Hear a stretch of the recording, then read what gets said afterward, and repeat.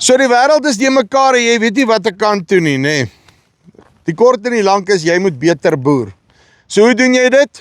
Alles begin by jou grond en jy moet weet wat in jou grond aangaan, maar regtig weet wat in jou grond aangaan. Ek praat hier met Jan, hy gaan my vertel, Agri360, hulle het nou hierdie Wintex masjiene aangekoop en net grondsampling na 'n volgende level toe gevat.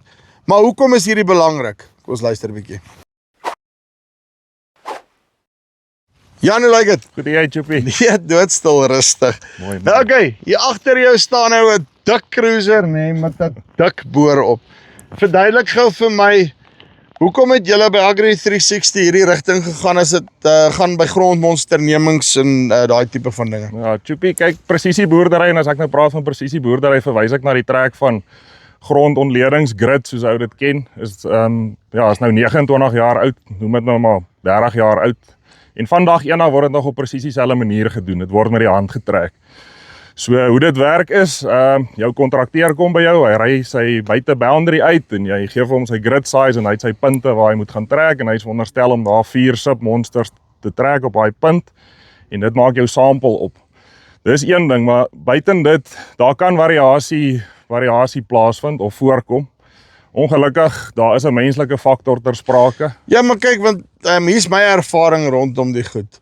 Daar kom een op 'n quad aan, nê? En hy is nou dalk, want kyk, hy het die eerste ding is, hy het in 'n gastehuis oorgeslaap die vorige aand en dalk 'n bietjie lekker gegaan, daarso is 'n nuwe dorpie, jy weet hoe loop die dinge. Ja. En hy's nou nie so lus om die soil sample te trek soos wat hy noodwendig moet nie. As die grond 'n bietjie hard is, dan vang hy hom sommer 'n bietjie daar ander plekke. Kort en die lank is daar is ouens wat die goed regtig 100% reg doen, maar daar bly 'n menslike faktor daar binnekant wat ek nie noodwendig kan meet op die einde van die dag. Ja, presies. Dit is presies wat ons wil uitskakel. Indien daar enige moontlike variasie kon plaasvind, ons wil daai menslike faktor uitskakel sodat ons die data kan vertrou.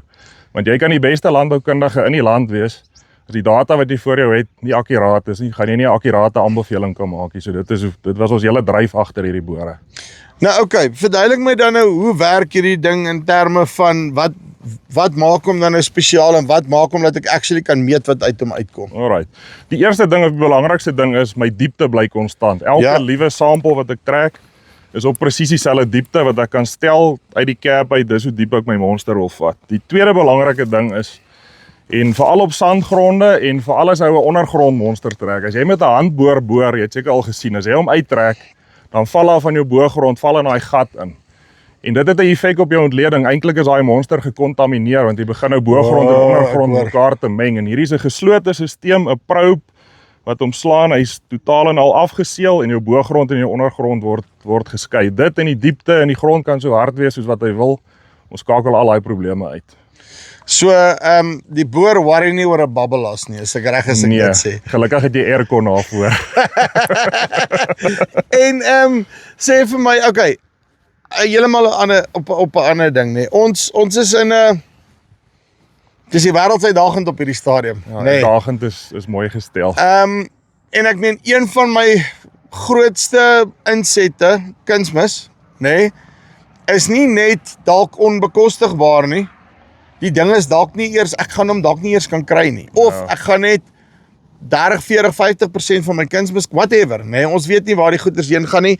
Kom ons hoop hulle kry die goed vinnig uitgesort, maar die punt is hierdie die tipe meganismes waar ek dink kan gaan en sê, luister hierso, wat het ek actually, en hoe maak ek nou die meeste van die kunsmis, dit wat ek in die grond het, plus dit wat ek dan toedien, om dit op die regte manier presies te doen. Is dit nou hierso waar presisieboerdery, dit wat jy sê, ons is nou al 30 jaar, ek onthou, ons het ons eerste stroper monitor opgehad in 99, nee. En toe word daar die son en die maan en die sterre vir ons beloof, en hier sit ons nou 30 jaar later omtrent, nee. Die punt is dit nou hier waar presisieboerdery actually daadwerklik tot sy reg kom? Ja, definitief. En ek dink dit kom weer terug op wat ek vroeër genoem het oor die vertroue in die data. Want die verslae wat ons opstel, as ons klaar grondmonsters getrek het by 'n ou, ek bedoel die boere maak miljoene rande se besluite op grond van daai uitslae in terme van kalk en bemestings en al daai tipe van goed.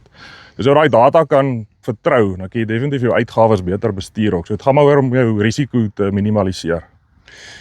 En hoe lyk die tipe verslae wat ek dan nou hier uitkry? Wat sê hierdie ding nou eintlik vir my? Nee, hierdie masjien gaan vir jou niks sê nie. Hy gaan net vir jou 'n baie akkurate monster trek. Ja, wat sê julle dan nou na wat die masjien klaar As gedoen ons het? die uitslae kry, dan maak ons nou vir jou mooi grondverslag met al jou aanbevelings wat daarmee gepaard gaan, jou preskripsies vir jou kalk en jou grondregstellings, die grondontledingverslag soos wat jy hom ken. Okay, maar nou wil ek nou by jou weet, nê? Wat is julle uitgangspunt as dit kom by grondontledings, nê? Want die eerste ding wat ek nou kwaai like, nê, is julle haal vir my die variables uit, nê? Ek sê altyd, daar's net een konstante in boerdery, daar's altyd moeilikheid, die res is variables, nê? Dis feite. Maar hier haal julle nou al klaar vir my bietjie variables uit die grond uit. Ek kan 'n beter oorsig kry oor my land, wat aangaan om soos jy sê die data daadwerklik te vertrou. Wat is Agri360 se uitgangspunt? Hoe gaan julle my meer winsgewend maak op my plaas? Want dis op hierdie stadium, as ek kyk na pryse, insetkostes, al daai goed, is dit wat vir my belangrik is ek moet winsgewend wees. Nee, verseker, en dit bly ons is nou in baie uitdagende tye, soos jy tereg sê. So ten minste kan 'n ou van 'n akkurate verslag of van akkurate data afwerk om goeie aanbevelings te maak en daai variables te bestuur om jou meer winsgewend te maak. Dit is maar ons uitgangspunt. Dit begin by die akkuraatheid van die data. So wat jy nou vir my wil sê, jy sê ook nie vir my veel nie. Al wat jy sê is jy weet hoe om dit te doen, maar ek gaan vir jou 'n grondboor moet kry, nê? Verseker. As ek dit wil doen, hoe werk julle storie? Hoe lank voor die tyd moet ek boek? Hoeveel hektaar doen julle 'n dag? Hoe werk die goede? Ja, hektare 'n dag verskil nou maar van area. Jy weet self hoe meer ou ooste toe beweeg met die kontoure, gaan dit bietjie stadiger en dan maak ons die grid size kleiner ook. Jy gaan baie dieselfde doen in terme van hektare 'n dag wat mense op 'n motorfiets kan doen, maar in terme van 1 hektaar grids kyk jy na enigiets tussen, as daar nou baie kontoure is, kom dit baie keer af tot 120 hektaar 'n dag. Na 150 is omtrent die average. Op oop lande sê jy gemaklik 200 hektaar kan doen op 'n 1 hektaar grid. En 2 hektaar grids kan jy gemaklik hier na 250, 300 toe gaan op 'n dag. So afhangend nou maar weer eens van die terrein en of ons gaan vassit as die lande te nat is. Dis waar, nê. Dan gaan dit bietjie stadiger. Ek wil net weet hoe lank gaan ek julle moet vaskyk. Is eintlik kort en nie lank. Nee, verlede jaar het ons bietjie gespook met die natstroopseisoen. Maar dis ek hoekom die cruiser daar is, nê. Nee, kyk 'n cruiser as hy vas sit hy mooi vas. Gelukkig laas jaar was die groot trekker naby gewees, ja, nê. Gelukkig, daar was aan backup teen die lande. So, dit gaan hom elke jaar so. Nou, okay, ek wil julle moet nou by my kom trek. Hoe lank werk dit? Moet ek julle voor die tyd boek? Ja, die beste is maar om so vroeg as moontlik te boek, dan kan ons jou skeduleer. Ek bedoel, ons is nie gebonde aan enige area nie. Ons kan enige plek in die land help.